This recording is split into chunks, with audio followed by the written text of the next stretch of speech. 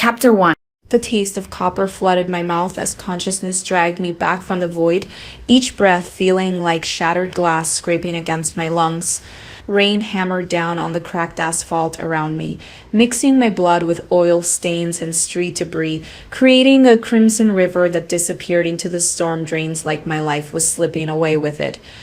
I tried to move, God, I tried, but my left leg bent at an angle that made my stomach lurch. The headlights that had slammed into me were long gone, leaving nothing but the echo of squealing tires and the metallic crunch that would haunt whatever time I had left. My phone lay 3 feet away, its screen spider-webbed and dark, as useless as I was. The storm above matched the chaos inside my chest. Thunder rolled across the sky like an angry god, and lightning split the darkness in jagged wounds that reminded me too much of the pain tearing through my ribs. Each flash illuminated the empty road stretching in both directions. No cars, no help, just me and the realization that I was going to die alone on some forgotten stretch of highway. But something was wrong. Something beyond the obvious wrongness of my broken body and the growing pool of blood beneath me. There was a heat building in my chest. Different from the fire of pain, it pulsed with each labored heartbeat, spreading outward like molten gold through my veins. I'd felt it before, always when I was afraid, always when I was desperate, but never this strong, never this alive. The rain began to steam where it hit my skin. No, I whispered through chattering teeth, the weather from cold or terror, I couldn't tell. Not now, please, not now. Because the last time this heat had taken over, I'd burned down half my apartment building. The time before that, I'd nearly killed my college roommate when she tried to wake me from a nightmare. That's why I lived alone now, why I worked night shifts at the diner, why I avoided crowds and kept my distance from everyone who tried to get close. The heat was getting stronger. I squeezed my eyes shut, trying to push it down the way I'd learned to do, but my control was slipping along with my consciousness. Whatever lived inside me, this thing I couldn't name, couldn't understand, it was trying to save me, and saving me meant setting the world on fire. The first spark jumped from my fingertips, hissing as it met the rain. Someone help me, I sobbed, but the wind swallowed my words. Who was I kidding? Even if someone found me, what then? Call an ambulance. Load me into a metal box while this inferno built inside my chest. I'd cook everyone alive before we made it to the hospital. Another spark, then another. The asphalt beneath my palm began to crack and bubble. But so when I heard it, the sound of paws hitting wet pavement, moving fast. Too fast. Whatever was coming toward me wasn't human. And right now, with my body broken and my control shattered, I wasn't entirely human either. Through the sheets of rain, I saw eyes reflecting the lightning. Golden. Wild. Predatory. A wolf. But not just any wolf. This creature was massive, easily twice the size of any natural wolf I'd ever seen in nature documentaries. Its fur was so dark it seemed to absorb the light around it, and when it moved, there was an intelligence in its gait that made my skin crawl with recognition. It wasn't just watching me, it knew me. The wolf circled closer, those golden eyes never leaving my face, and I felt something inside my chest respond to its presence. The heat that had been building toward explosion suddenly shifted, like two magnets finding their pull, like a lock recognizing its key. Stay back. I managed to croak, though we both knew I was in no position to make threats. Blood loss was making my vision blur, and the supernatural fire in my veins was the only thing keeping me conscious. I can't control it. I'll hurt you. The wolf stopped maybe 10 feet away, tilting its massive head as if it understood every word. Then it did something that made my heart stutter. It sat back on its haunches and simply waited. Lightning cracked overhead again, and in that split second of illumination, I could have sworn I saw something impossible in those golden eyes.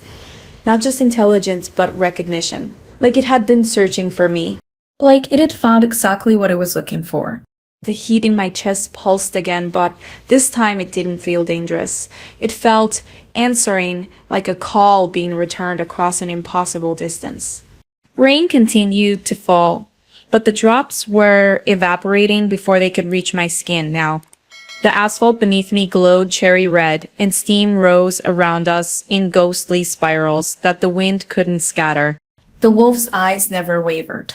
And somewhere in the back of my failing mind, I realized that maybe dying alone wasn't my biggest problem anymore. Maybe my biggest problem was figuring out why this creature looked at me like it had been waiting its whole life for this moment. Like, it knew exactly what I was.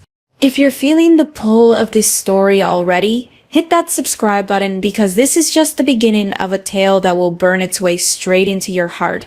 Trust me, you won't want to miss what happens when our broken heroine discovers the truth about her mysterious savior. Chapter 2. The wolf moved with liquid grace through the steam and smoke rising from my overheated body, and I should have been terrified. Every rational part of my mind screamed that I was about to become prey, that this massive creature would finish what the car had started. Instead, I felt calm for the first time since the accident. Hell, for the first time in years. The fire burning through my veins felt controlled, not gone, but contained. Like someone had turned down a gas flame from raging inferno to steady burn. The wolf stopped 3 feet away, close enough that I could see the intelligence burning in those impossible golden eyes, close enough to smell the wild forest scent that clung to its dark fur, rain beaded on its coat like scattered diamonds. But unlike me, the drops that touched its skin didn't turn to steam.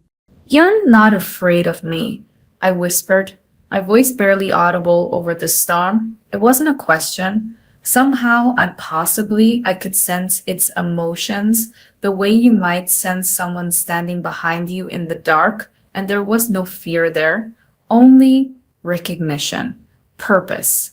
The wolf lowered its massive head until we were eye to eye, and when it spoke, not with words but with a voice that resonated directly inside my mind, my world tilted completely off its axis.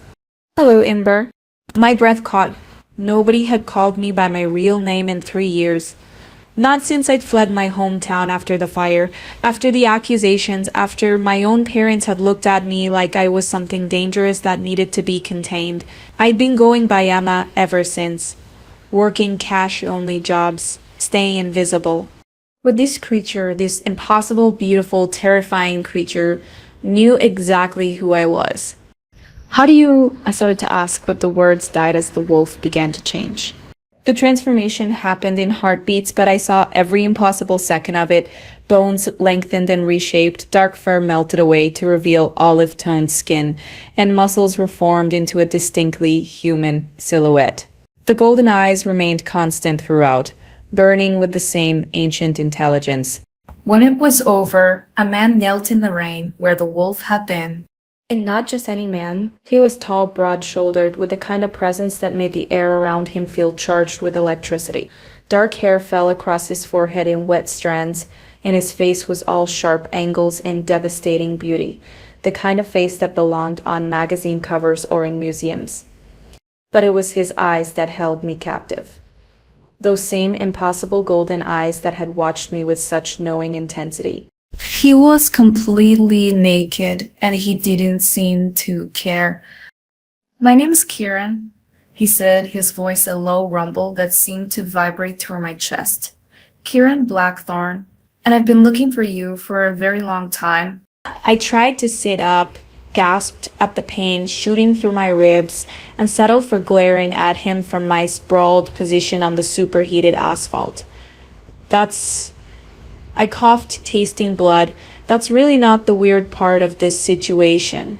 A smile ghosted across his lips, not humor, but something darker.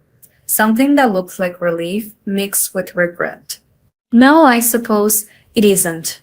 He stood in one fluid motion, seemingly unbothered by the storm or his nakedness, and began walking toward me. Each step was deliberate, predatory, and I felt that strange calm in my chest waver slightly, because now that he was human-shaped, I could see the scars. They covered his chest and arms in intricate patterns, not random wounds, but something that looked almost ritualistic, like brands. Don't, I warned, holding up one hand. Sparks jumped between my fingers and the rain hissed where it met my skin. I told you I can't control it. I'll hurt you. He stopped just outside the circle of superheated air surrounding my body, and when he spoke, his voice carried an authority that made something deep inside my chest want to submit. No, you won't. You don't understand, I insisted, panic rising as the heat in my veins responded to his proximity. I've hurt people before. I've killed 3 people, he said quietly, cutting me off.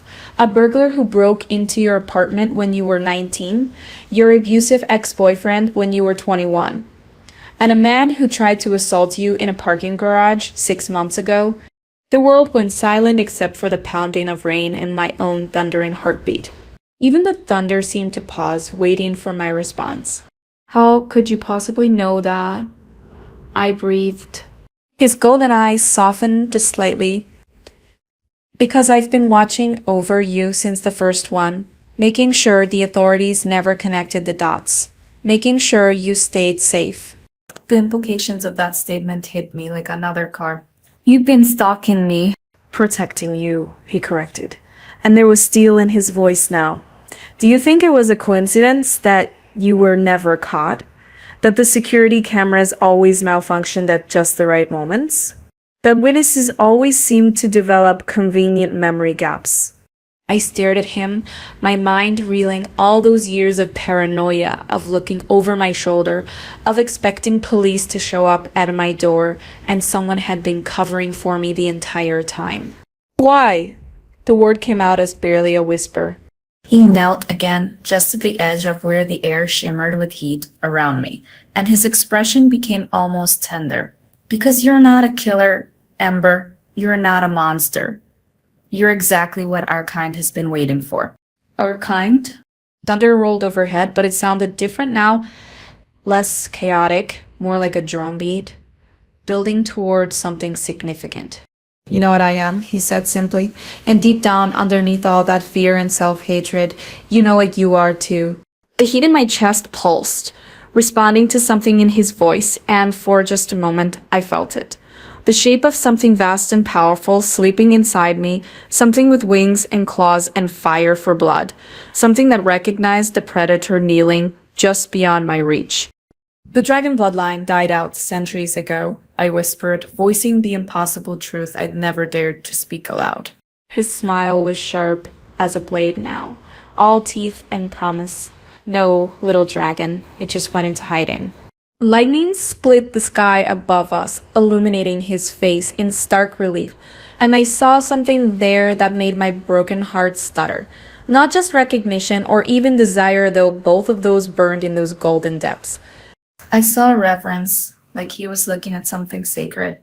The question is, he continued, reaching out slowly until his fingertips almost touched the shimmering barrier of heat surrounding me. Are you ready to stop hiding?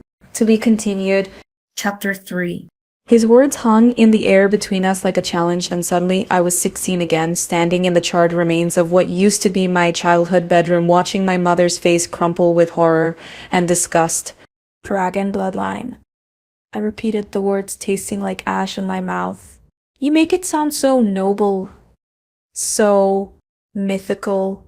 The heat radiating from my body flickered, responding to the bitter memories clawing their way up from the depths where I'd buried them.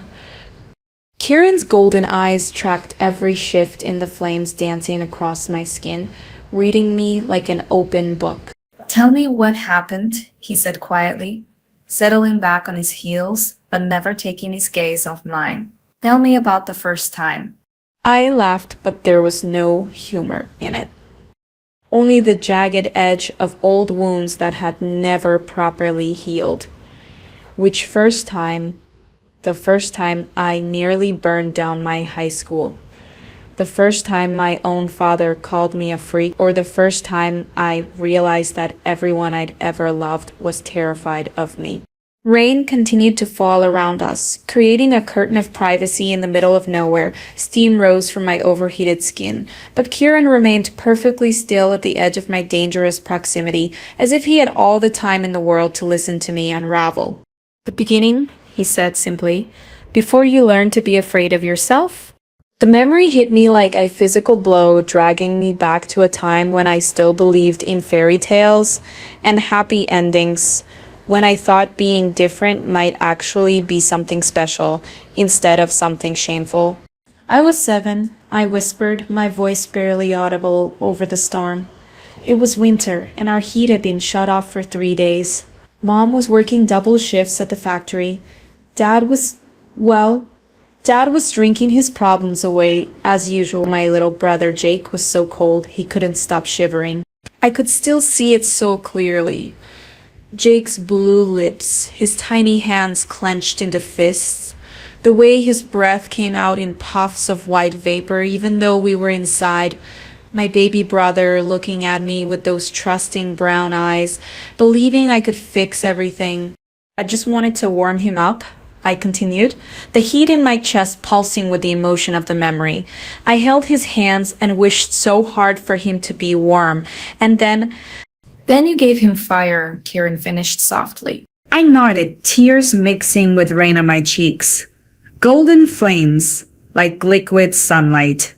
They came from my hands, my chest, everywhere. But they didn't burn him. They just surrounded him like a blanket. He laughed and called me his dragon sister.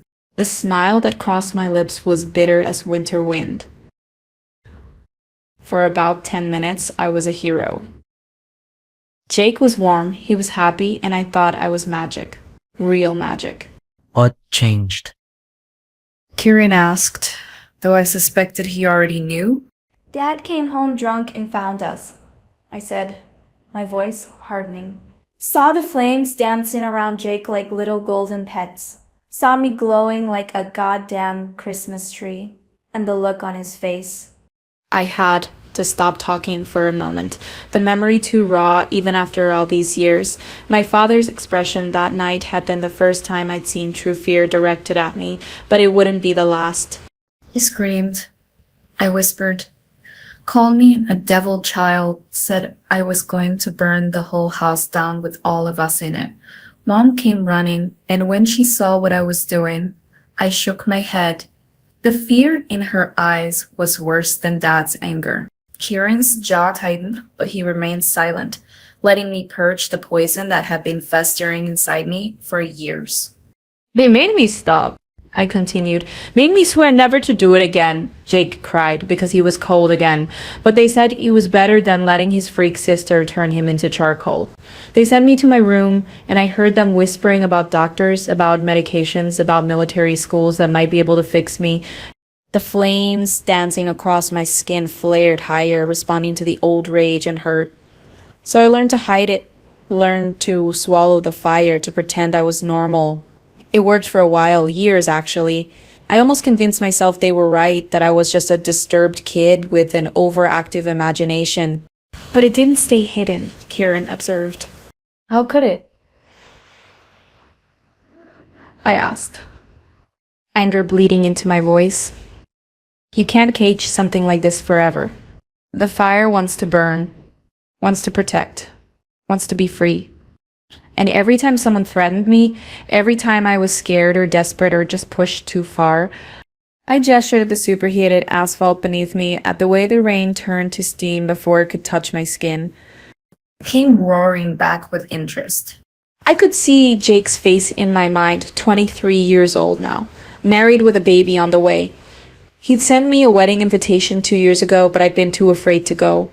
What if my nephew inherited whatever cursed blood ran through our veins? What if I lost control at the ceremony and hurt innocent people? What if Jake looked at me the same way our parents had that night when I was 7, with fear and disgust and the bone-deep certainty that I was something wrong? They were wrong about you, Kieran said quietly, and his voice carried a conviction that made something inside my chest twist, painfully. Were they? I challenged. Look around you. I'm literally melting the road. 3 people are dead because I couldn't control this thing inside me. I live alone, work alone, push away anyone who tries to get close because I know what I am. What are you? He asked. The question was so simple, so direct, but it cut straight to the heart of everything I'd been running from. A monster? I whispered. No.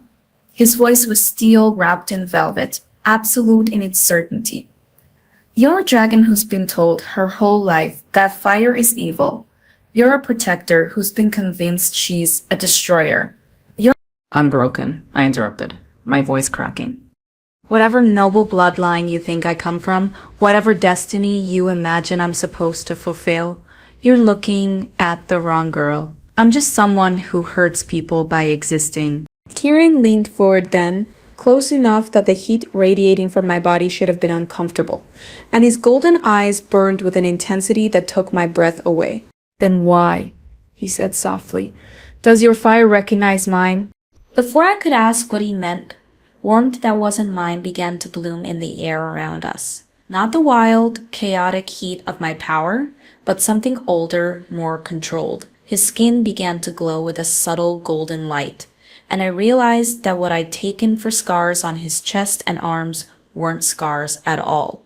They were marks, ancient symbols that pulsed with their own internal fire. You're not the only one who's different, little dragon, he murmured. You're just the only one who's been made to feel ashamed of it. And for the first time in my adult life, sitting broken and bleeding on a rain-soaked highway with a stranger who could transform into a wolf, I felt something I'd almost forgotten existed. Repeat. What secrets is the mysterious Kieran hiding? And can Ember finally learn to embrace the fire that's been burning inside her all along? Chapter 4. We need to get you somewhere safe, Kieran said, rising to his feet with that fluid grace that marked him as something other than human. Your injuries need tending, and there are things you need to see. I wanted to argue, to insist that nowhere was safe when I was involved, but the blood loss was making my vision swim, and my protest died in my throat. When he stepped closer, crossing into the superheated air around my body, without flinching, I felt that strange calm settle over me again. This is going to hurt, he warned, sliding his arms beneath me with careful precision. He was right. The movement sent shock waves of agony through my broken leg and cracked ribs, but something else happened too. The moment his skin touched mine, the chaotic fire raging through my veins quieted. Not extinguished, but tamed, like two flames finding harmony instead of fighting for dominance. How are you doing that? I gasped against his chest as he lifted me easily. Later, he murmured, and began walking with me, cradled against him like I weighed nothing. First, we need to reach the sanctuary. The rain had slowed to a gentle mist, and as we left the road behind, entering what looked like untouched wilderness, I noticed something strange about our surroundings. The trees here were older than anything I'd ever seen, massive oaks and pines that towered into the darkness like ancient sentinels.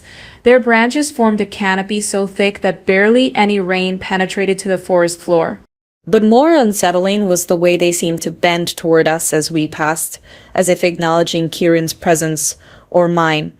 This place, I whispered, feeling something deep in my chest respond to the primordial energy radiating from the forest itself. The Whispering Grove, Kieran said softly, one of the few places left where the old magic still runs strong, where the barriers between worlds are thin enough for truth to bleed through. We walked for what felt like hours, but was probably only minutes, following paths that seemed to appear beneath Kieran's feet and disappear behind us. The deeper we went, the more I could feel something vast and ancient watching our approach, not hostile, but evaluating. Finally, we emerged into a circular clearing where the canopy opened to reveal the storm clouds rolling overhead, but it was what stood in the center of the clearing that stole my breath completely. A stone altar rose from the earth like it had grown there, its surface carved with symbols that seemed to writhe and dance in the dim light. The stone itself was unlike anything I'd ever seen, not gray or brown, but a deep, lustrous black shot through with veins of gold that pulsed with their own inner light. Dragonstone. I knew what it was without understanding how I knew, the same way I'd always known that fire lived in my blood. The altar called to something primal inside me, something that had been sleeping for far too long. Kieran, I breathed, what is this place? And set me down gently at the base of the altar, supporting me so I could lean back against the warm stone.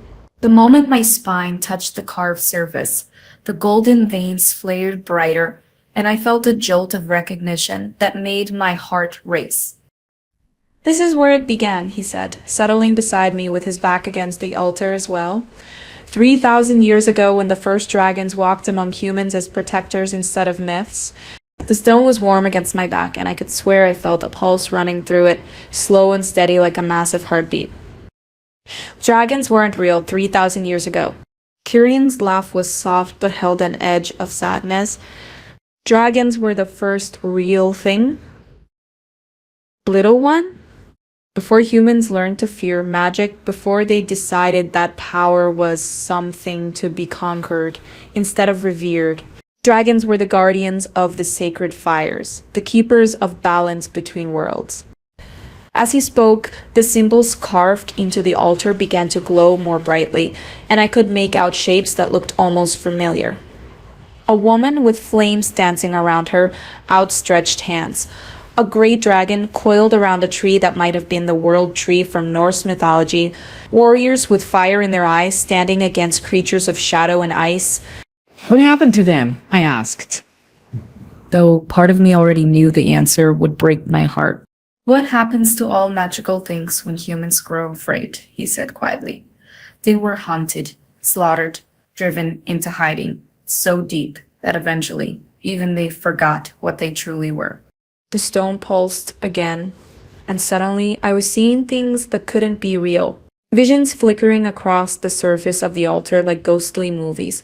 A great city of crystal and flame, dragons soaring through skies, painted with aurora, humans and dragons working together to heal wounds in the very fabric of reality. The last known dragon died over 1,000 years ago, Kieran continued. But his voice seemed to be coming from very far away now. Or so we thought, until reports started filtering in from around the world. Unexplained fires that didn't burn, children born with golden eyes in temperatures that ran impossibly high. Women who could call flame to their hands when threatened. The visions were coming faster now, overwhelming my senses. I saw a woman who looked like me standing at this very altar, her hands pressed to the stone as golden fire erupted from the earth around her. I saw armies of shadow creatures retreating before walls of dragon flame. I saw The Emberborn, I whispered, the words fallen from my lips without conscious thought. Kira went very still beside me. What did you say? The Emberborn, I repeated, and now I could see it clearly in the stone's memory. She who carries the first fire, the one who will wake the sleeping flames and call the dragons home. The symbols on the altar were blazing now, so bright I should have been blinded, but instead of hurting my eyes, the light seemed to sink into my skin, warming me from the inside out, and in that warmth, I felt something vast and ancient stirring to life. The prophecy, Kieran breathed, and there was something like awe in his voice. You're remembering the prophecy? I turned to look at him, and in his golden eyes, I saw the same recognition I felt burning in my own chest. You knew when you found me on that road. You already knew what I was. I hoped, he admitted. The signs were all there. The way fire bends to your will, the way you instinctively use it to protect instead of destroy, the fact that you've survived this long despite having no training. But this, he gestured at the blazing altar, at the way the very air around us seemed to shimmer with awakened power. This confirms it. Confirms what? I asked. Though I was afraid I already knew. He reached out and took my hand, and where our skin touched, golden flames danced without burning either of us. That you're the one we've been waiting for, he said softly. The last daughter of the dragon bloodline. The one prophesied to restore the balance between worlds. Thunder rolled overhead, but it sounded different now. Not chaotic and threatening, but rhythmic. Like a great drum calling warriors to battle. Kirian? I whispered, fear and wonder warring in my chest. What exactly am I supposed to restore balance between? His expression grew grim, and in the distance I could swear I heard something howling that didn't sound like any earthly wolf. Light and shadow, he said quietly. Life and death, The world you know. He paused, his grip on my hand tightening, and the realm of nightmares that's been trying to break through for the last 1,000 years. The altar pulsed one final time, and in that pulse, I felt the weight of destiny settling around my shoulders like a cloak made of starfire. Whether I wanted it or not, I was no longer just Ember the waitress, Ember the runaway, Ember the girl who'd spent her whole life hiding from her own power. I was something far more dangerous. I was hope. The ancient prophecy has awakened. But with destiny comes danger. What dark forces have been waiting for the Emberborn to reveal herself? Someone out there scrolling right now, feeling broken and dangerous just like Ember did. They need this story, but they'll never find it if you don't hit that like button. Don't let them stay lost. Like and subscribe. Be the reason someone discovers they're not a monster, just powerful. Chapter 5. The howling came closer, and it brought friends. I felt them before I saw them, a wrongness creeping through the sacred grove like oil spreading through clear water. The ancient trees that had bent toward us in reverence now shuddered and drew back, their leaves rustling with what sounded disturbingly like whispers. "Kieran," I said, my voice tight with a fear I didn't fully understand. "What is that?" He was already moving, rising to his feet with predatory grace, every line of his body radiating dangerous tension. Shadow touched, he growled, and the sound was more wolf than human. They found us. The golden light from the altar flickered like a candle in wind, and I realized with growing horror that the darkness creeping toward us wasn't natural. It moved with purpose, reaching out with tendrils that seemed to swallow light itself. "Found us how?" I demanded, struggling to stand despite my injuries. "This place is supposed to be protected." It is, Kieran said grimly. "Which means they didn't track us here?" His golden eyes met mine, and I saw the terrible understanding dawning in them. They were already waiting?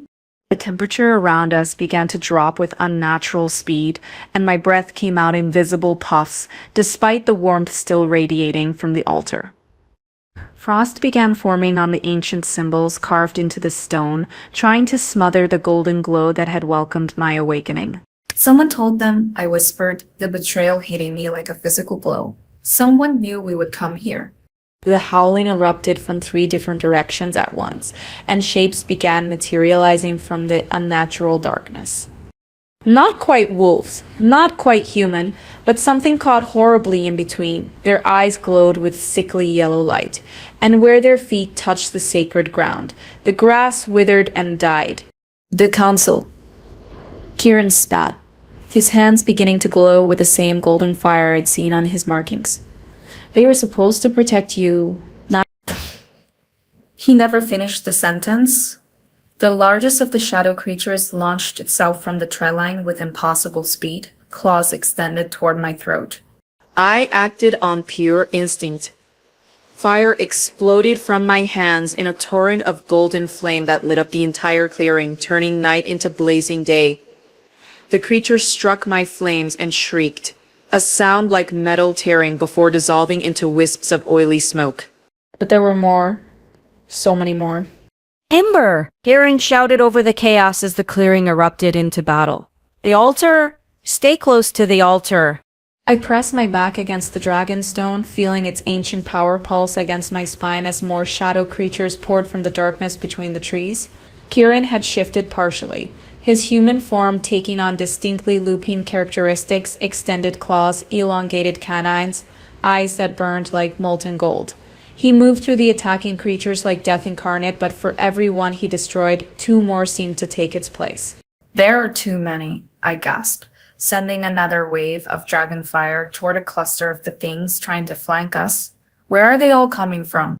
"The void," Kieran snarled, his voice distorted by his partial transformation. "The realm of nightmares. Someone has opened a rift." A rift? The word sent a chill through me that had nothing to do with the unnatural cold spreading through the grove. I remembered the visions from the altar, the ancient memories of dragons standing against creatures of shadow and ice. This was what they had fought. This was what had required the ultimate sacrifice of an entire species. And now it was back. A new voice cut through the battle, human, refined, dripping with full sympathy. Stand down, Kieran. You know this is how it has to be. 3 figures emerged from the tree line, and unlike the shadow creatures, these were definitely human. They wore long coats that billowed in the supernatural wind, and each carried a staff topped with a crystal that pulsed with sickly light. The woman who had spoken was tall and elegant, with silver hair and eyes like chips of winter sky. Counselor Thorn, Kieran growled, placing himself more firmly between them and me. I should have known you'd betray your own oaths. The woman. Thorn smiled with the kind of cold beauty that belonged on marble statues. Betray?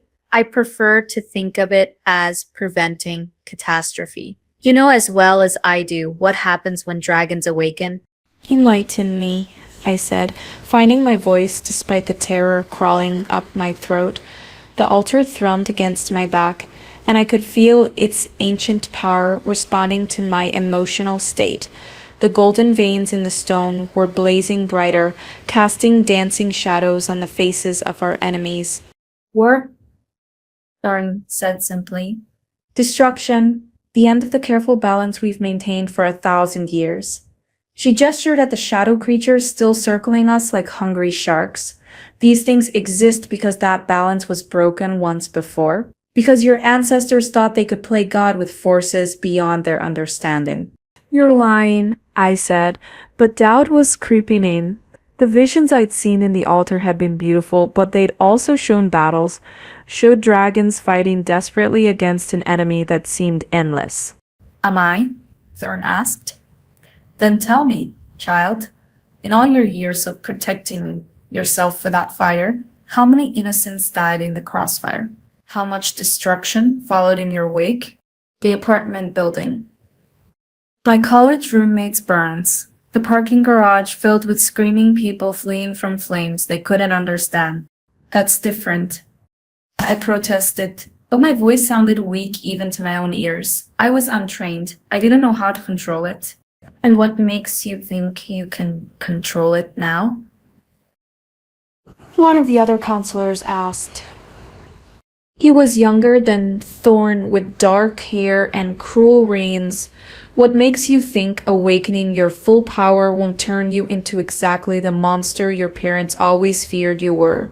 The words hit their target with surgical precision.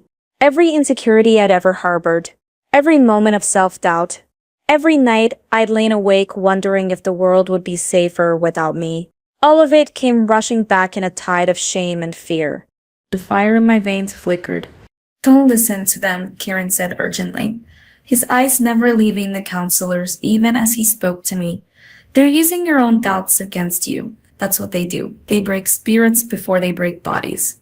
The wolf is right about one thing, Thorn said conversationally. We are very good at what we do. The question is, child, what are you going to choose? Will you come with us quietly and let us help you suppress this curse before it destroys everything you touch? Or will you force us to take more permanent measures?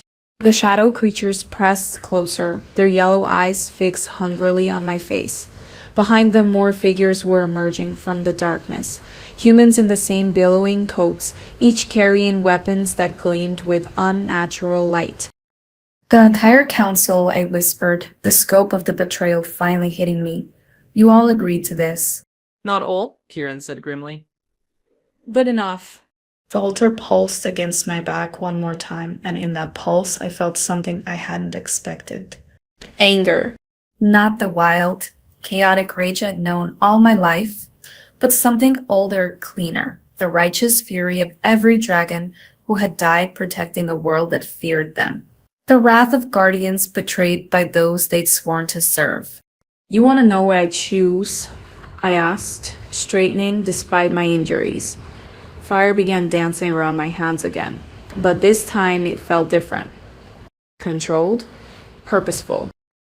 The golden veins in the altar blazed so bright they turned the night into day. I chose to stop hiding. What erupted from me then wasn't the desperate, defensive flames of a frightened girl. It was dragon fire in its purest form, not just heat and light, but life itself. The shadow creatures shrieked and dissolved like mist, Before dawn, the frost covering the sacred symbols melted instantly, and the ancient carvings blazed with renewed power. But most importantly, the rift the counselors had opened to bring their creatures through, that tear in reality itself began to seal under the weight of pure creation pressing against it. Impossible, Thorn breathed, taking an involuntary step backward. You're untrained, you shouldn't be able to. I'm learning, I said quietly, and my voice carried harmonics that made the trees themselves seem to listen. Fast. The battle was far from over, but something fundamental had shifted. The shadow creatures were retreating, and several of the counselors looked uncertain for the first time. Kieran moved to stand beside me, his partially transformed state making him look like some primal god of war. "Last chance, Thorn," he growled. "Call off your pets and walk away." The counselor's winter pale eyes narrowed. This isn't over, Wolf. She's too dangerous to be left free. If we can't contain her. She didn't finish the thread, but she didn't need to. As the council and their remaining creatures melted back into the darkness, I felt the weight of my choice settling around me like armor made of starlight. I had chosen to stop hiding. But that meant everyone who feared dragons, everyone who preferred the safety of suppression to the risk of freedom would be coming for me. The war Thorn had warned me about. It was already here. The battle lines had been drawn, but this was only the first skirmish. Can Ember and Kieran survive what comes next? When the full power of the council turns against them? Chapter 6. The silence that followed the council's retreat felt heavier than the battle itself. My legs finally gave out, and I slumped against the altar, the dragon stones still warm against my spine, but my own fire guttering like a candle in the wind. The display of power had taken everything I had, and now I was left shaking with exhaustion and the crushing weight of what had just happened. "They'll be back," I whispered, staring at the scorched earth, where the shadow creatures had dissolved, with more people, more weapons. Kieran was beside me in an instant, his partial transformation melting away to reveal his human form. Concern darkened his golden eyes as he knelt in front of me, his hands hovering just inches from my face like he wanted to touch but wasn't sure he should. "Not tonight," he said softly. "The council needs time to regroup, to figure out how you sealed their rift so easily. We have hours, maybe until dawn." "Hours?" I repeated with a bitter laugh. "To do what? Plan our funerals?" Instead of answering, he stood and began gathering fallen branches from around the clearing. Within minutes, he had a small fire crackling a few feet from the altar, normal fire, orange and red and blessedly ordinary. The mundane warmth of it was oddly comforting after the supernatural cold that had invaded our sanctuary. "What are you doing?" I asked. "Taking care of you," he said simply, settling cross-legged beside the fire. "When did you last eat? Sleep?" "You've been running on adrenaline and magic for hours, but your body is still human, still broken, still needs rest." As if summoned by his words, exhaustion crashed over me like a wave. My broken leg throbbed, my ribs ached with every breath, and I realized I couldn't remember the last time I'd had a full meal. The diner where I worked only allowed staff one free meal per shift, and most days that was all I could afford.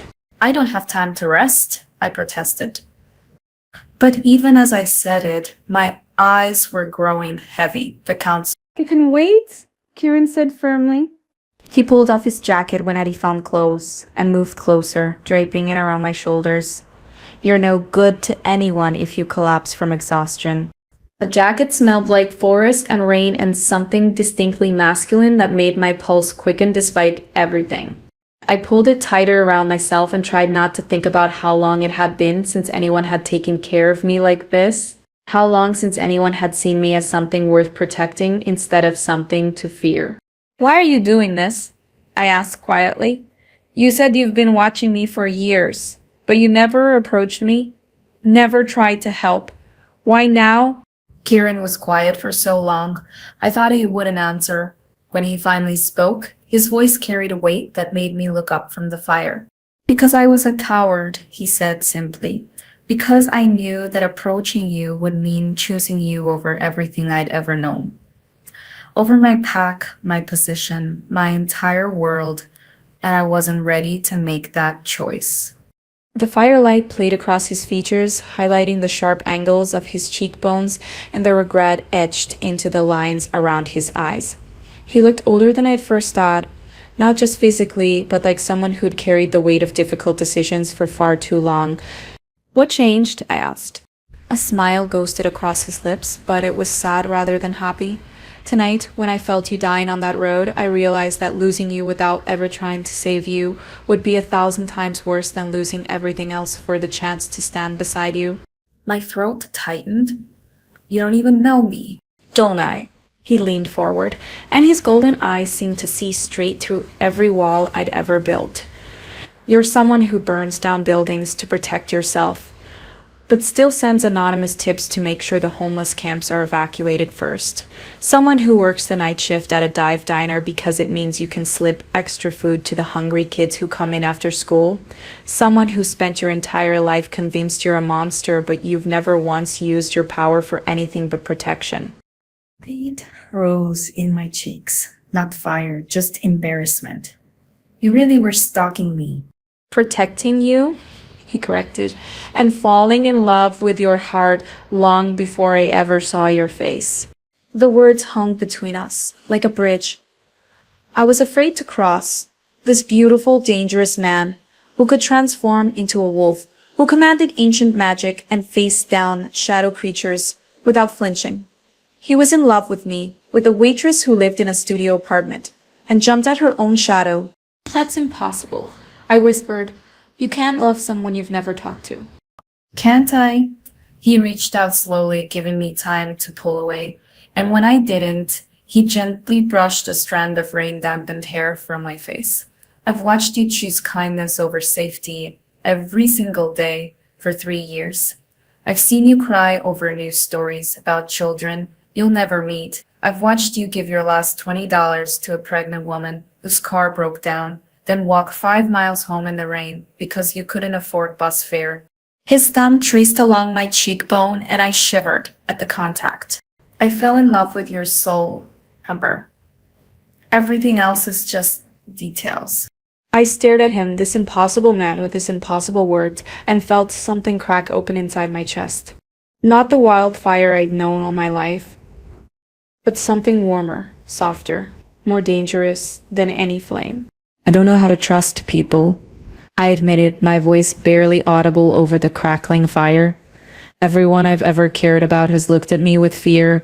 Eventually, my parents, my brother, my few friends from college, they all realized what I was and decided I was too dangerous to love." I'm not them, Tyrion said quietly. How do I know that? The question came out more desperate than I'd intended. How do I know you won't change your mind when you see what I'm really capable of?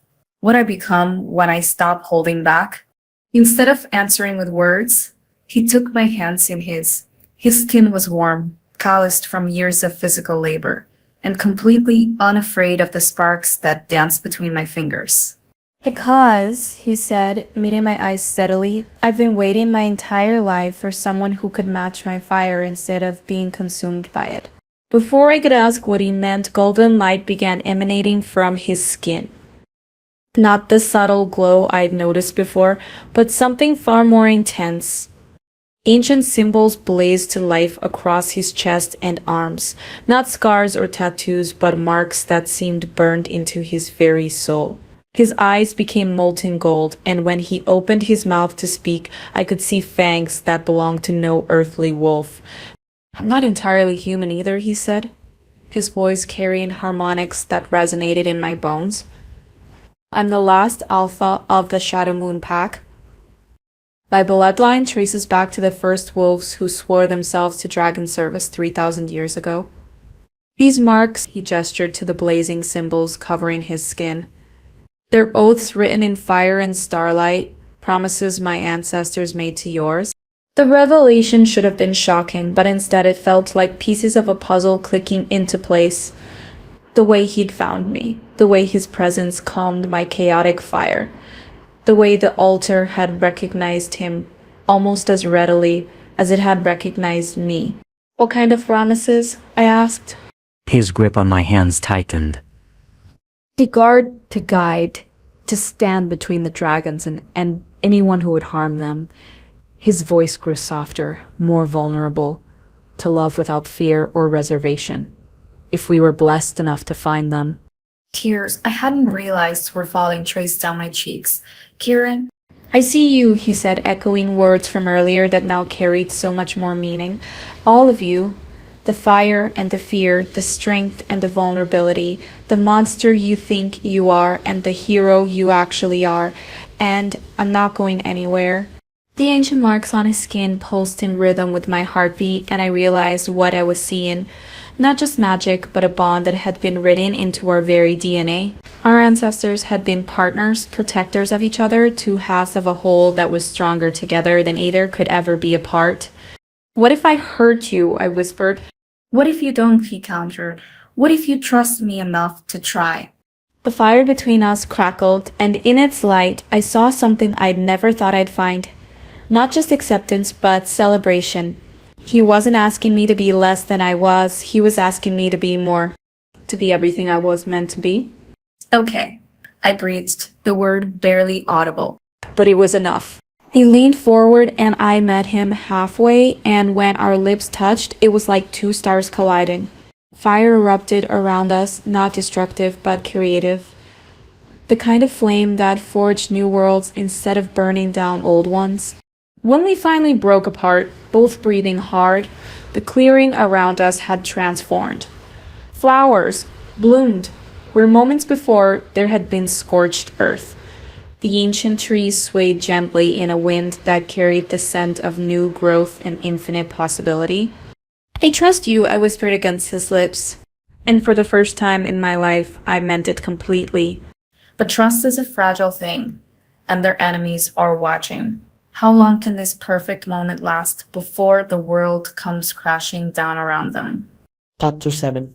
Dawn came too soon, bleeding through the canopy in shades of gold and amber that should have been beautiful. Instead, the light felt ominous, like the last moments before an execution. I'd managed maybe an hour of sleep curled against Kieran's chest, lulled by the steady rhythm of his heartbeat and the warmth of his arms around me.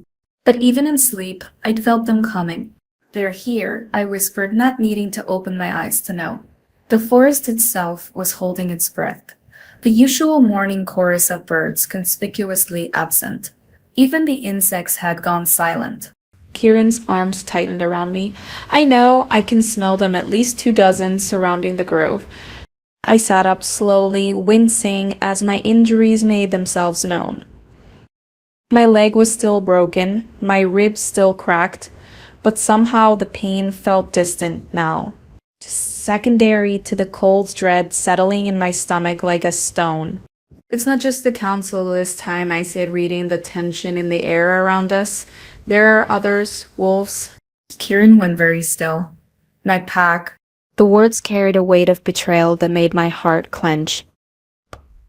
His pack, the people he'd led, protected, called family for who knew how long, and they were here to drag him away from me. Or worse. Kieran Blackthorn, the voice that cut through the morning air, was deep, authoritative, and achingly familiar to the man beside me. I felt him flinch like he'd been slapped. Step away from the dragon spawn and we can discuss this like civilized beings. Marcus, Kieran breathed, and the pain in that single word told me everything I needed to know about their relationship. This wasn't just his pack, this was family. A man emerged from the train line, tall, broad-shouldered, with Kieran's dark hair but eyes like winter steel. He moved with the same predatory grace, but where Kieran's presence felt protective, this man radiated barely controlled violence.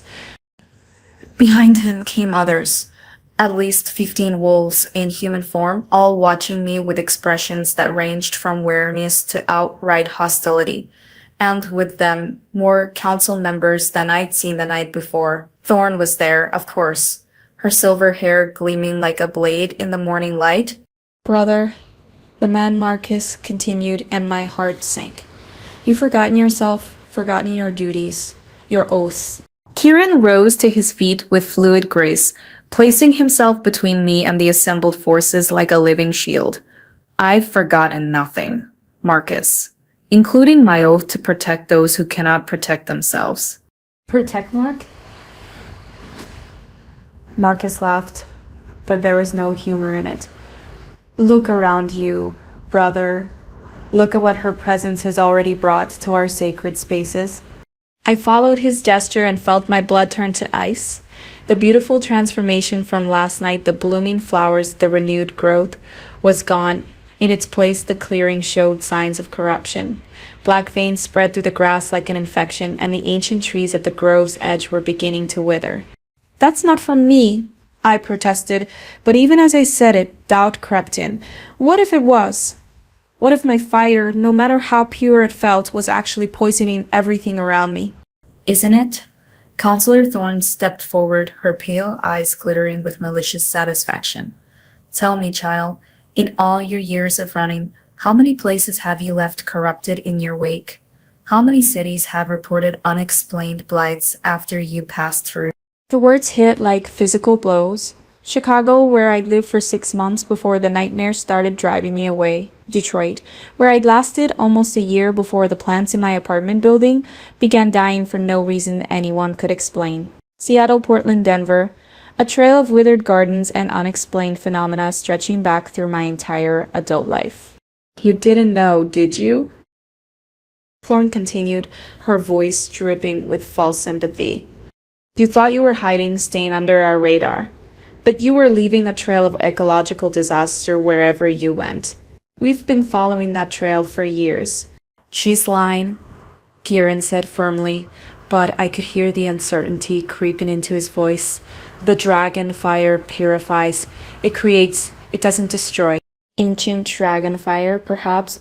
Another council member spoke up, the younger man with cruel eyes from the night before. But she's not an ancient dragon, is she? She's a half-breed abomination whose power is corrupted by human weakness and fear. The altar behind me pulsed weakly, its golden light flickering like a dying bowl. Where last night it had blazed with welcoming warmth, now it felt diminished, tainted. The evidence speaks for itself, Marcus said, gesturing to the spreading blight around us, one night in her presence, and look what's happened to the most sacred site in our territory. How long before this corruption spreads to our packlands, to our children? Several of the wolves behind him shifted uncomfortably, and I saw fear in their eyes, and not just of me, but for their families. Their home.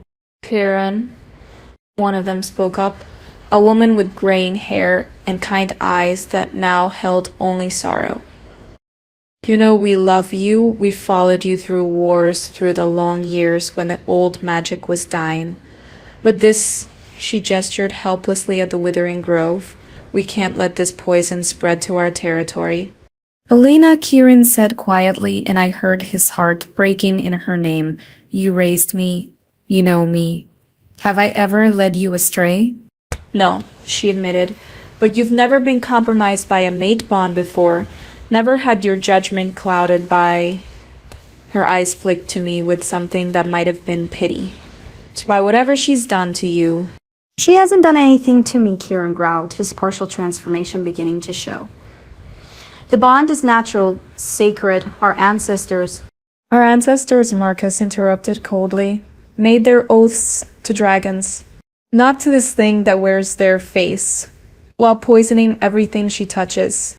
The words cut deeper than any physical wound ever could, because looking around at the spreading corruption, at the fear in the wolf's eyes, at the way even the altar seemed to be rejecting my presence now, Maybe they were right. maybe I was exactly the monster everyone had always said I was. She comes with us, Thorne announced, producing what looked like silver shackles that hummed with suppressive magic. Quietly, and we'll make this quick. Her power will be bound, her memories of this life erased, and she'll be relocated somewhere she can't hurt anyone else. And if she doesn't come quietly? Kieran asked, his voice deadly soft. Thorne's smile was sharp as a blade. Then we'll have to consider more permanent solutions. The threat hung in the air between us, and I felt something inside my chest begin to fracture. Not my power, that was still burning steady, but something more fundamental, my hope. My faith that maybe, just maybe, I could be something other than what I'd always believed I was. No, I said, quietly rising to my feet despite my injuries. I'll go with you. Amber, Kieran started, but I cut him off. Look around, I whispered, gesturing at the corruption spreading through what had been sacred ground. Look at what I've done to this place, to your pack's holy site. That's not. Yes, it is, I said firmly, and felt tears burning behind my eyes. It always is. Everywhere I go, everything I touch, I poison it. I destroy it. I looked at him, memorizing his face one last time. I'm destroying you too. The shackles in Thorn's hands grew brighter, their magic reaching out toward me like hungry fingers. But before they could make contact, Kieran moved. Not away from me, between me and them, No. he said, his voice carrying the absolute authority of an alpha. She stays with me. Marcus snarled, his own transformation beginning.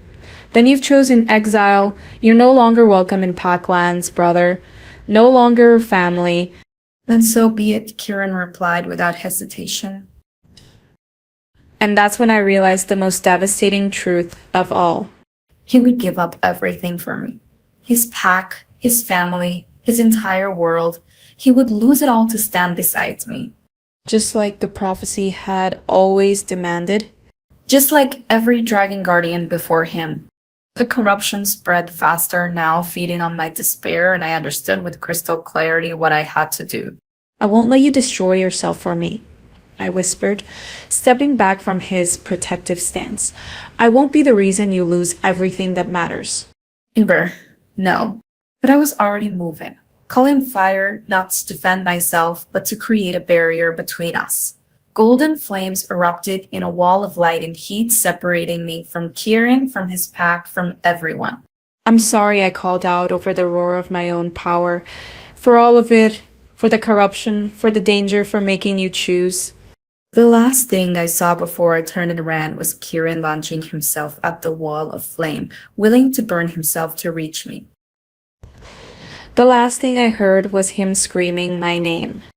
And in that sound, I heard the death of everything beautiful we might have been.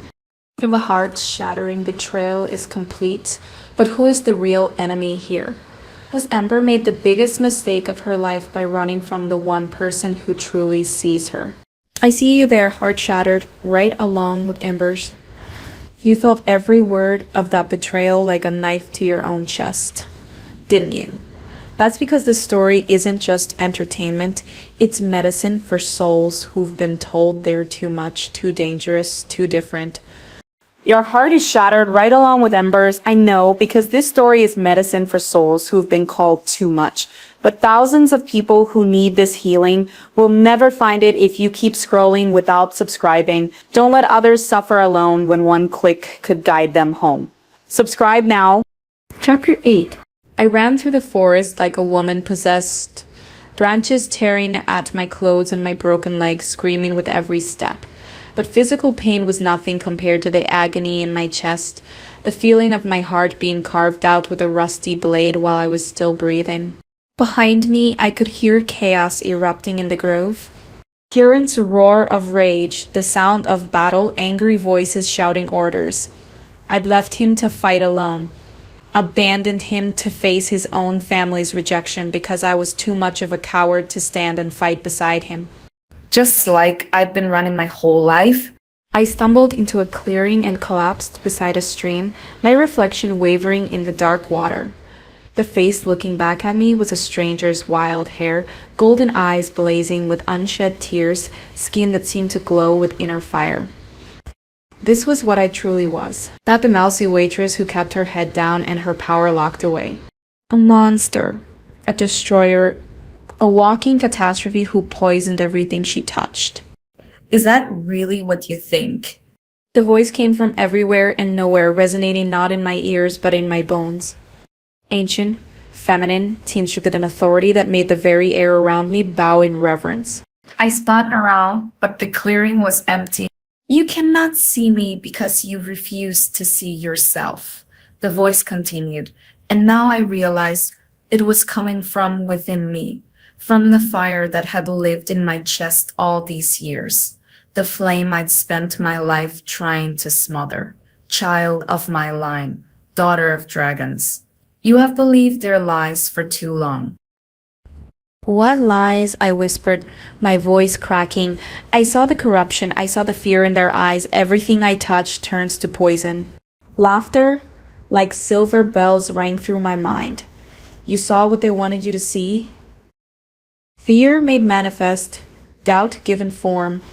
The corruption was not yours, little flame. It was theirs. The water in the stream began to glow with soft golden light, and suddenly I wasn't looking at my reflection anymore. I was seeing visions, truth carved from light and memory. The grove as it truly was after our kiss. Not corrupted, but more alive than it had been in centuries. Flowers blooming in possible colors, ancient trees standing straighter, the very stones of the altar singing with renewed power. Then came the council, arriving before dawn with artifacts that pulsed with sickly light. Weapons designed not to kill but to corrupt, to twist perception, to make beauty appear as blight, to turn healing into poison. I have grown skilled at this deception over the centuries, the voice continued. I'm making dragons believe they are monsters so they will accept chains willingly. My hands clenched into fists, sparks dancing between my fingers. You mean you have never corrupted anything in your life, daughter?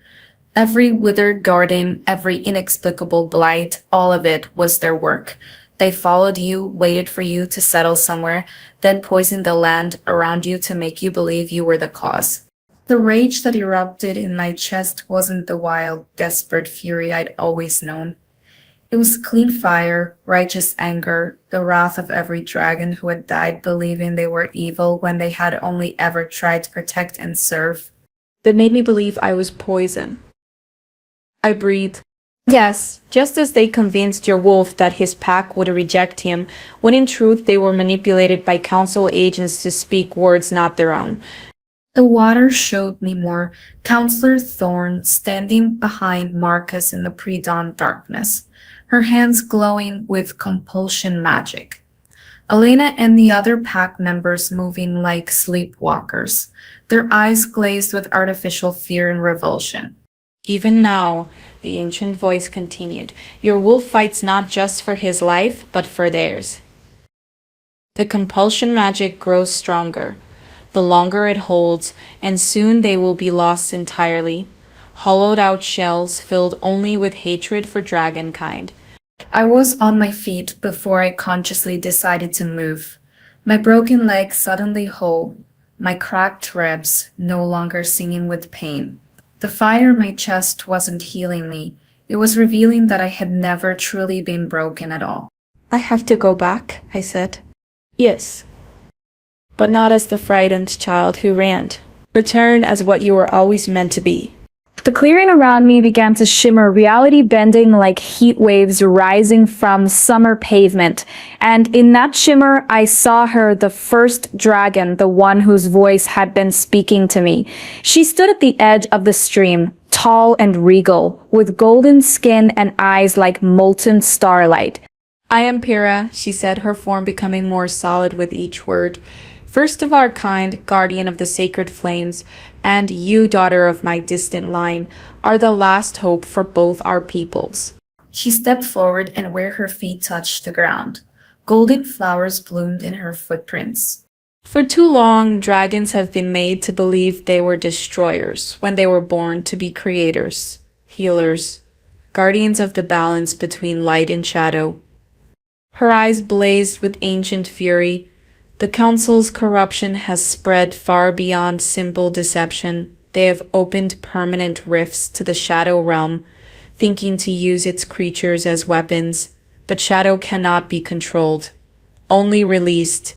My blood went cold. What do you mean? The Battle of the Grove was never about capturing you, child. It was about driving you away from the one place your power could seal the rifts permanently. She gestured, and the air around us cracked like glass, revealing glimpses of a world drowning in nightmare. As we speak, shadow creatures pour through dozens of tears. In reality, cities fall to darkness. Innocent people die screaming. The visions were too terrible to process. New York's skyline wreathed in unnatural night, London's Thames running black with shadow stuff, children fleeing from creatures that existed only to devour light itself. Why are you showing me this? I gasped. Because you are the only one who can stop it. Kira's form began to fade, but her voice grew stronger. Return to the grove. Save your wolf and his pack from the council's corruption. And then, daughter of dragons, burn away the shadows with fire so pure it will remake the very foundations of the world. I don't know how. She was barely visible now, just a shimmer of gold and starlight. You have always known. You need only stop being afraid of what you are. The clearing dissolved around me, and suddenly I was back in the forest, but everything was different. I could see the threads of corruption woven through the trees, feel the artificial blight seeping into the earth, and underneath it all, I could sense the real grove. Beautiful, sacred, calling out for healing. In the distance, the sounds of battle had grown desperate. Kieran's roar of pain echoed through the trees, and I knew with crystal clarity that I was almost too late. But not quite. I began to run again, but this time I wasn't fleeing. This time I was coming home. Fire erupted around me as I moved, not the defensive flames of a frightened girl, but dragon fire in its purest form. It burned away the council's deceptions like morning mist, revealing the forest as it truly was. Ancient, powerful, alive. And ahead of me the grove blazed like a beacon calling its guardian home. I am not your victim, I said, my voice carrying across impossible distances to reach every shadow creature, every council member, every corrupted heart. I am not your monster. The trees themselves seemed to bend aside as I passed, creating a path straight to my destiny. I am Amber, daughter of dragons, keeper of the sacred flame.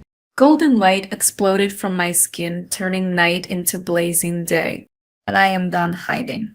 The forest itself held its breath as I stepped into the grove, where Kieran knelt bleeding in a circle of his mind-controlled pack, where Councillor Thorn raised weapons that could unmake reality itself. Where everything I had ever been and everything I was meant to become would be decided in the next few heartbeats. The Emberborn had finally come home. The true power awakens, but can even Dragonfire overcome centuries of deception and corruption? The final battle for the fate of both worlds is about to begin. Chapter 9. I stepped into the grove like a goddess of war wrapped in starlight and flame. The scene before me was worse than I'd imagined.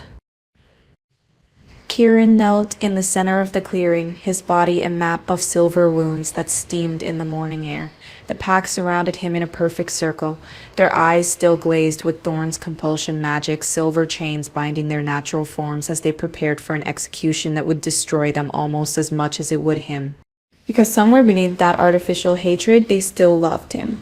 Stop, I said, my voice carrying harmonics that made the very stones of the altar sing in response. Every head turned toward me, and I watched their expressions shift through confusion, fear, and finally, in Thorn's case, vindictive satisfaction. The prodigal dragon returns, she sneered, raising a staff that pulsed with shadow-touched crystal. How wonderfully convenient. Now we can end both threats at once. The only threat here? I said calmly, walking deeper into the clearing as golden flames danced around my feet. Is you? The fire I carried now wasn't wild or desperate. It moved with purpose, reaching out to touch the artificial corruption that coated everything like oil, burning it away to reveal the truth underneath. Where my flames passed, the withered grass bloomed green again. The dying trees straightened, their leaves rustling with renewed life. Marcus snarled, his human form wavering as he fought against the compulsion magic. She's doing it again, poisoning our sacred ground. But Elena, sweet Elena, who had raised Kieran like her own son, took a step back, her glazed eyes clearing just slightly as she saw the life returning to their holy site. That's not poison, she whispered, her voice full of wonder. No, I agreed, letting my power wash over her more gently, burning away Thorn's influence like morning sun dissolving frost. It never was. One by one, the pack members began to shake off the compulsion as my fire revealed the truth of what they were seeing. The clearing wasn't dying, it was more alive than it had been in centuries. The altar blazed with joy at my presence, its golden veins singing an ancient welcome song. Impossible, Thorn hissed, raising her staff higher. The corruption is real. We've tracked it across continents, documented every blight, every lie you've told. I turned to face her fully, and in my eyes she saw not the frightened girl who had fled hours ago, but something far older and infinitely more dangerous. Every deception you've crafted, every innocent life you've destroyed to maintain your stranglehold on power. The truth of it blazed between us like a challenge, and I could see understanding dawn in the eyes of every person present. The council hadn't been protecting humanity from dangerous dragons. They'd been protecting their own authority from beings who could expose their corruption. You want to know what I really am? I asked, raising my hands as golden fire began to pour from my skin like liquid sunlight. I'm everything you've spent centuries trying to destroy. I'm the balance you've worked so hard to break. I'm the light that reveals shadows for what they truly are. The flames erupted skyward in a column of pure creation that could be seen for miles, and in that light, every deception crumbled. The shadow creatures lurking at the edge of the grove dissolved like mist. The artificial blight coating the sacred spaces burned away completely, and the rifts, those tears in reality that the council had opened to fuel their war, began to seal themselves as pure dragon fire poured into the wounds they'd carved in the world. Kieran's silver chains melted away like they were made of ice, instead of blessed metal. He rose to his feet with liquid grace, his wounds closing as my fire washed over him. And when he looked at me, I saw everything I'd ever dreamed of seeing in someone's eyes. Love without fear, acceptance without reservation. Pride without surprise. Hello, little dragon, he said softly, and his voice carried all the warmth of a hearth fire on the coldest night. Hello, my wolf, I replied, and felt my heart piece itself back together. But Thorn wasn't finished. With a scream of rage that belonged more to a banshee than a human woman, she raised her staff and called upon power that reeked of the shadow realm, dark magic that should have been impossible for any living being to channel. If I can't bind you, she shrieked, then I'll destroy everything you care about. Darkness erupted from her crystal, but not the creeping, insidious shadow I'd expected. This was something far worse. Entropy itself. The force that unraveled creation at its most fundamental level, where it touched reality simply ceased. The grass didn't wither. It stopped existing. Trees didn't die. They were retroactively never born. And it was spreading toward Kieran, toward his pack, toward everyone I just fought so hard to save. Time seemed to slow as I made a choice that felt inevitable as gravity. I stepped between them and oblivion, spreading my arms wide, letting my fire pour out in every direction as I became not just a guardian, but a living shield against the end of all things. The entropy struck my flames and stopped. Not defeated, not deflected, but held, balanced. Because that's what dragons had always been, the force that stood between creation and destruction, holding the line so that life could flourish. But holding back entropy required everything I had. Everything I ever could be. Ember! Kieran's voice seemed to come from very far away, though I knew he was only steps behind me. It's okay, I called back, my voice growing fainter as more of myself went into maintaining the barrier. This is what I was made for. This is why the bloodline survived. To stand between light and shadow. To burn bright enough that others could live. Don't you dare, he snarled, and I could feel him fighting to reach me, held back only by the knowledge that touching me now might disrupt the balance and doom us all. Don't you dare sacrifice yourself after everything we've been through. I smiled, even though I wasn't sure he could see it anymore. I'm not sacrificing myself, my love. I'm becoming what I was always meant to be. The golden flames around me grew brighter, more intense, and I felt myself beginning to transcend the limitations of flesh and bone. This was what Para had meant.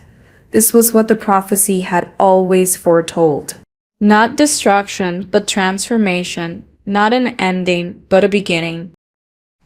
Besides, I said, my voice now carried on currents of fire that would reach him no matter what happened to my physical form. Someone has to guard the door. Someone has to make sure the shadows never find their way back.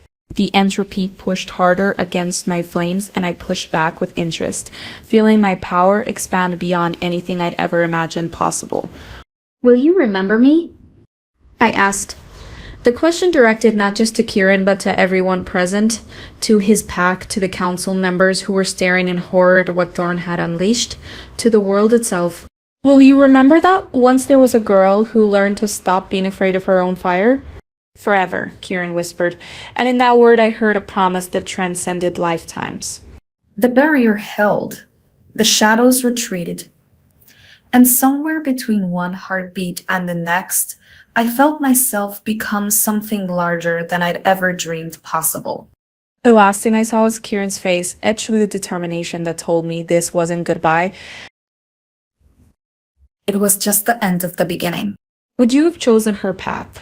Would you have been brave enough to stand between light and shadow, knowing the cost? This is what it means to love, without limits, to protect without conditions, to burn so bright that others can see their way home. If this story has lit something inside you, if Ember's courage has awakened the dragon in your own heart, then hit that subscribe button. Because here in this space we've carved out together, we tell the tales that matter, the ones that remind us what we're capable of when we stop being afraid of our own power. Hit the notification bell, because Ember's story isn't over. Not by a long shot. And drop a comment below in your own life. What fire have you been afraid to let burn? What power have you been told to hide? Because sometimes the thing the world calls dangerous is actually the thing the world needs most. Welcome to the flame, beautiful souls. Welcome to the place where dragons dare to rise. Next time on our channel, the aftermath of sacrifice, the price of transcendence, and the question that will haunt Kieran until the very end. Can love truly conquer death? Or is some magic too powerful for even dragon fire to contain? Stay with us. The fire's just getting started. Chapter 10. 3 days passed in the grove before anyone dared to speak above a whisper.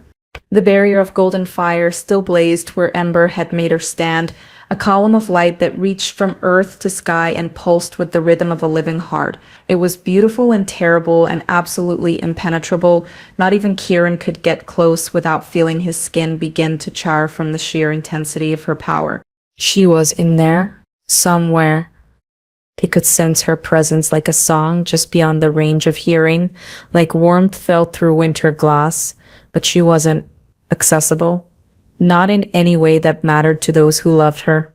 Kieran hadn't left the grove's edge since the transformation, hadn't eaten, hadn't slept, had barely spoken, except to growl warnings at anyone who suggested he might need rest. The pack had set up a careful camp at a respectful distance, their earlier hostility replaced by something closer to religious awe. Because they could all feel it, the way the very fabric of reality had grown stronger since Ember's sacrifice. The way shadows seemed less dense, colors more vivid, the air itself more alive. She hadn't just stopped Thorn's entropy wave, she'd begun healing wounds in the world that most people didn't even know existed. She's not dead, Elena said quietly, settling beside Kieran with the careful movements of someone approaching a wounded predator. Whatever she's become, death isn't part of it. Kieran's golden eyes never left the blazing column. I know. Then why do you look like you're grieving? A bitter laugh escaped his throat. Because knowing she's not dead and being able to hold her are very different things. He finally turned to meet Elena's gaze, and she was startled by the raw pain she saw there. She's become something beyond my reach. Beyond anyone's reach. Alina was quiet for a long moment, studying the play of light across Kieran's haggard features. The old stories, she said finally, speak of dragon guardians who could call their mates back from the very edge of transcendence.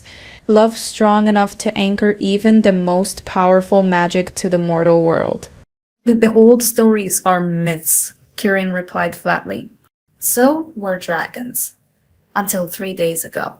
Before Kieran could respond, Marcus approached with the careful deference of someone who knew he was on thin ice. The compulsion magic had broken completely, leaving him with the full memory of what he'd said and done under Thorn's influence. The guilt was eating him alive. "Brother," he said quietly, "there's something you need to see." Kieran's jaw tightened. If this is another attempt to get me to leave, It's not. Marcus gestured toward the far edge of the grove, where several pack members stood watching something in the distance. We have visitors. Following Marcus's gaze, Kieran saw figures emerging from the forest. Not council members this time. These newcomers moved with a fluid grace that spoke of supernatural heritage, but their sense carried no taint of corruption or shadow magic. There were perhaps a dozen of them, led by a woman whose silver hair caught the morning light like spun moonbeams. She was tall, regal, with eyes that held the weight of centuries and skin that seemed to glow with its own inner light. "Greetings, Wolf Guardian," she called out as her group drew closer. "I am Laverley of the Northern Courts." We felt the awakening from across the continental divide. Kieran rose slowly, his predatory instincts on high alert despite her peaceful approach. What courts? What awakening? Laverley's smile was enigmatic. The fake courts, young wolf, and the awakening of the last dragon bloodline. Her gaze drifted to the column of fire where Ember maintained her vigil, though I see she has already begun her true transformation. You know what's happening to her? Hope and desperation roared in Kieran's voice. I know what should be happening, Laverley corrected gently. Whether it actually will depends on factors we cannot control. She approached the edge of the grove with the confidence of someone accustomed to ancient magics. May I? Kieran nodded tersely and Laverley stepped into the sacred space.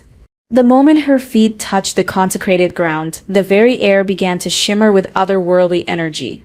Flowers bloomed in her footsteps, not the golden dragon flowers that had sprung up around Ember, but silver blossoms that chimed like distant bells when the wind touched them. Fascinating, she murmured, circling the barrier of fire with professional interest. She's not just holding back entropy, she's actively reweaving the damaged sections of reality, creating new patterns where the old ones were torn beyond repair. Can you help her? Kieran demanded. Lilai paused in her examination, her ancient eyes meeting his desperate ones. Help her, young guardian. She doesn't need help. She needs anchor. I don't understand. The dragon bloodline was always meant to work in partnership. Laverley explained patiently. Fire and earth, creation and stability, transcendence and mortality. She's become pure creative force. But without something to ground her, she gestured at the blazing column. She'll burn herself out completely, become nothing but light and memory. Kieran's heart clenched. How long? Days. Perhaps hours. Laverley's expression grew grave. The barrier she's maintaining requires constant power. She's burning her own essence as fuel, and even dragon fire has limits. Then tell me what to do, Kieran said fiercely. Tell me how to anchor her. Lee was quiet for a long moment, her gaze moving between the barrier and the desperate wolf guardian. When she finally spoke, her words carried the weight of prophecy. The old magic speaks of 3 trials for those who would call a transcended dragon back to mortal form. Fire, shadow, and truth. Each more dangerous than the last. I'll face them. You don't understand the cost. I don't care about the cost, Kieran interrupted, his voice carrying absolute conviction. Name your trials. Lara studied him for a heartbeat longer, then nodded slowly. Very well, but know this, Wolf Guardian. These trials will strip away everything you think you are. They will show you truths about yourself, about her, about the nature of love itself that may destroy you, even if you succeed. And if I fail? If you fail, Lorelei said quietly, she burns forever, trapped between mortality and godhood, slowly losing pieces of herself until nothing remains but raw power and the echo of what she once was. Kieran looked at the barrier one more time, memorizing the way the golden flames danced, carrying with them the essence of the woman he loved. When he turned back to Lorelei, his golden eyes burned with determination that matched any dragon fire. When do we start? Lorelei's smile was sharp and sad and proud all at once. We don't, Guardian. You do. And you start now. She raised her hand, and the air around them began to shimmer with portal magic. Not the harsh tear of shadow magic, but something older and far more dangerous. The first trial awaits in the realm of living fire, she said as reality began to bend around them, where you will face not just her power, but the deepest truth about your own nature. As the portal opened, swirling with colors that had no names, Kieran heard something that made his heart leap and break at the same time. Ember's voice carried on currents of flame and starlight, barely recognizable, unmistakably hers. Kieran, are you still there? He stepped toward the portal without hesitation. Always, little dragon, I'm coming for you. The last thing anyone saw before the portal closed was Kieran disappearing into light itself, leaving behind only his promise echoing in the morning air. But in the shadows at the edge of the grove, something else stirred. Something that had been waiting, watching, learning from the display of power it had witnessed. Counselor Thorne's body was gone, consumed by her own entropy magic. But her voice lingered, carried on whispers of shadow that the golden barrier couldn't quite purify. The trials will break him. And when they do, when she burns herself to nothing trying to save what cannot be saved, then the real hunger will be free to feed. Deep in the earth beneath the grove, something ancient and patient began to move. Something that had been sleeping since the last dragon died, waiting for enough power to wake up. The Emberborn's fire blazed brighter in response to the stirring darkness, but even dragon flames cast shadows.